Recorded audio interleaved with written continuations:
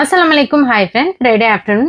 இன்னைக்கு வெள்ளை காராமணி வச்சு முருங்கைக்காய் கத்திரிக்காய் போட்டு காரக்குழம்பு தான் செய்ய போறேன். முதல்ல காராமணியை கடாயில போட்டு லைட்டா வறுத்துக்கலாம்.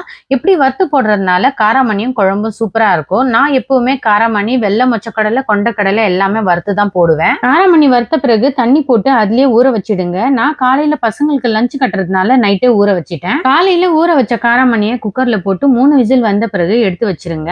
இப்போ மிக்சியில வெங்காயம், தக்காளி, ஒரு பெரிய பூண்டு, கொத்தமல்லி, கருவேப்பிலை, 2 பச்சை மிளகாய், 4 பத்த தேங்காயில வெந்தயம், சோம்பு, சீரகம் வறுத்து எடுத்து வச்சிருக்கேன். அதுவும் 1 ஸ்பூன் போட்டு மிக்சியில அரைச்சு வச்சுக்கலாம். இப்போ ஒரு பாத்திரத்துல எண்ணெய் காஞ்ச உடனே கடுகு, சீரகம், 2 வெங்காயம் பொடிசா கட் பண்ணது, 2 பச்சை மிளகாய், கருவேப்பிலை, உப்பு போட்டு வதக்கிட்டு மஞ்சள் தூள், மிளகாய் தனியா சேர்த்து அரைச்சது 2 ஸ்பூன், அரைச்சு வச்ச மசாலா, புளி தண்ணி போட்டு பச்சை வாசனை போற வரைக்கும் கொதிக்கட்டும். காய் வெந்த பிறகு கொத்தமல்லி போட்டு ஸ்டவ் ஆஃப் பண்ணிடுங்க. பசங்களுக்கு வேக வச்ச முட்டை குழம்புல போட்டு கட்டி கொடுத்துட்டேன். மதியானத்துக்கு முருங்கைக்கீரை பொரியல் செஞ்சுட்டேன். பிடிச்சிருந்தா சப்ஸ்கிரைப் பண்ணிடுங்க.